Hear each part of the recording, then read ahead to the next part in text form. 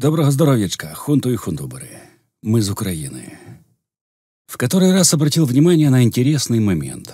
Звонит товарищ, как дела и все такое, и в разговоре выдает: слушай, ну нельзя же так, с тобой же разговаривать нечем, ты ж себя совсем не бережешь, ты ж только про политику и про волонтерство можешь разговаривать. Насколько он прав, по-вашему? Может и правда устраивать себе праздничные дни по шашлычку там, по водовке? Я знаю ответ, конечно. Слишком дорого нам всем стоило поржать и шашлычки. Слишком дорогой асфальт в Украине. И слишком дорога любовь нескольких товарищей к себе и своим будівництвом на небритую физию. Звонит утром дед. Надо Starlink. Раз дед в принципе звонит, значит уже ситуация из ряда вон выходящая. А если он еще и что-то просит, значит не просто надо, а надо край. А я ему такой: «Не, дед, у меня сегодня день посвящен мне. Я должен себя любить и беречь, а иначе кто ж меня будет любить и беречь?» Так получается? Я, когда слышу такие рассуждения, я понимаю, что человек только себя и любит. Ему больше либо некого любить, либо нечем. Starlink деду мы найдем, конечно. Андрей Еремчук из фонда БФ Лео, это он Тэчика пригнал из Австрии, собственноручно, кстати. Обещал, что днями ждет несколько штук, и один сразу поедет к деду, а уже от деда куда надо. А если так не получится, найдем иначе, без связи на нуле. Ой, как грустно все. Но осадочек у меня остался. Всякий раз, когда я с подобным сталкиваюсь, мне хочется уехать. Честно. Сесть за руль и уехать. И вещать из какой-нибудь Канады, Британии или Польши о том, как надо себя любить. Но я прекрасно понимаю, что от себя не убежишь, а себялюбов хватает везде. Так что работаем на месте, хунтуборы, без пауз.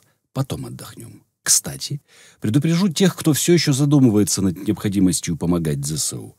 Не начинайте. Берегите себя. Когда я начинал, в конце 2013 года еще, все было просто. 200-500 гривен с зарплаты и поддерживающие комменты и смайлики под постами с просьбами. И теперь, как вы можете видеть, это переросло в сотни тысяч в месяц и в понимание, чем теплак отличается от теплушки, а дрон от драника. И вот даже в Starlink для деда. Так что прежде чем делать донат, 100 раз подумайте. Вообще сегодня насыщенный день. С утра порадовал Джанкой. Там селитра лежала, и вдруг ни с того ни с сего решила устроить праздник фейерверков. Несколькими днями ранее праздник фейерверков проходил в Москве. А чем Джанкой хуже? Ничем, он даже лучше Москвы, потому что украинский. Чуть позже уже из-под Симферополя пришли хорошие новости. Там что-то летало и уже не летает, потому что прилетело.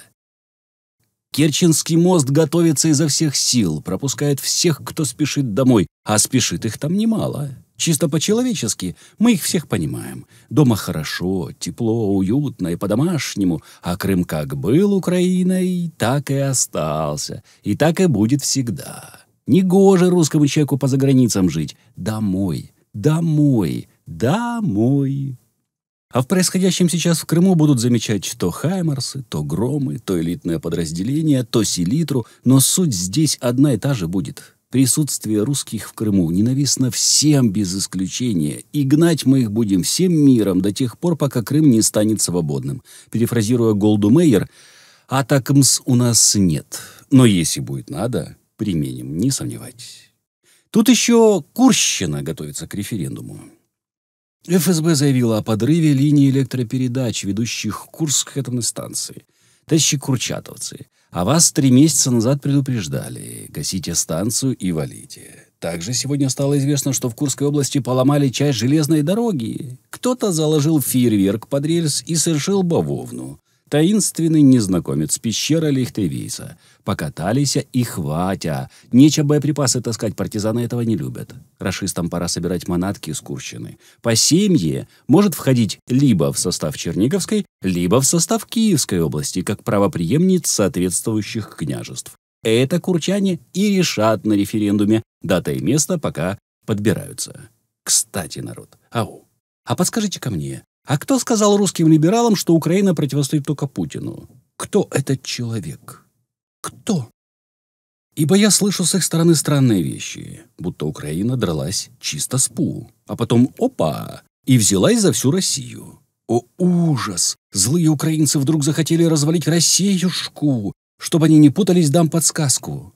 Когда мы против ПУ, русскому либералу дают визу в модные западные страны. Там он может пить смузи и бороться. Наносить Путину удар за ударом, желательно в Твиттере. А когда визы нет, Украина уже против всей России. Все просто.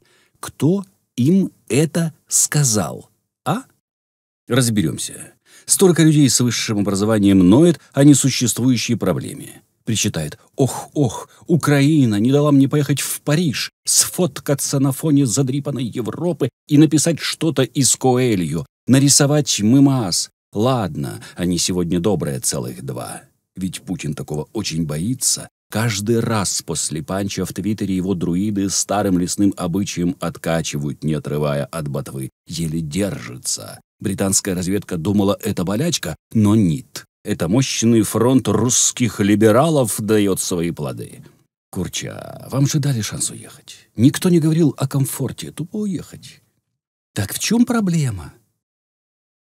Украина противостоит России не с августа, твиттерянчики вы на вынос, даже не с 24 февраля. Эта борьба длится с 2014 года, а до этого еще почти 400 лет. С 2014 года родились дети. Кто-то из них уже стал подростком, а потерь нет и по-прежнему здесь.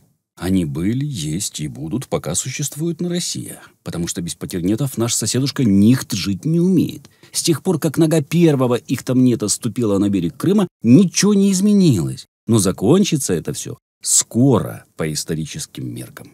России не будет. Она изъела себя изнутри сама, пытаясь вылепить образ топ-государства. Того, чем она никогда не была, не является и уже не будет никогда. Прямо сейчас Россия допивает свое последнее смузи с пивом. Она не дождется утреннего рассола, ибо принимает конвульсии за легкий насморк. России не будет, потому что нет ее уже. Где она? На карте? Это временно. Назовите атрибуты ее государственности. У нее не было экономики топ-державы. Теперь нет просто экономики. Армия? Вторая в мире? Да что вы говорите? А у Пригожина своя, и на государство чхать. Полиция? Ого, а чеченцы копом по губам водят. Суды? Смешно, да? Финансы? Независимых рынков мне аж смешно. Нет, они, даже олигархов нормально создать не умеют. Или кошелек ПУ, или сидит, или помер давно в изгнании. Может, демография? Да на фоне российской рождаемости даже у нас дела идут неплохо. Украина обладает массой проблем. Но мы не банда с вечным вожаком и общаком вместо бюджета. Меняем власть, делаем ошибки и учимся. Если не учимся, обжигаемся еще, но снова идем вперед. У нас млада государственность. Это как детство. Кем себя не вообрази, шишки все же набьешь. А против нас банда с красной кнопкой. Да, второе есть, но и первое тоже.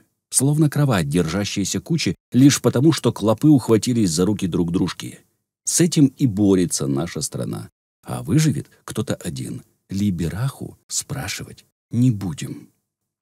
Слава Україні, слава ЗСУ. Ставайте донаторами Пенса, підпишіться і передивіться ролик на другому каналі 24UA Пенс. Зробіть і тут, і там червону пімпочку сіренькою, потім тисніть дзвоника, виберіть всі нагадування, бо більшу частину доходів каналів Пенс відправляє на перемогу. Тож це і буде ваш вклад в перемогу України.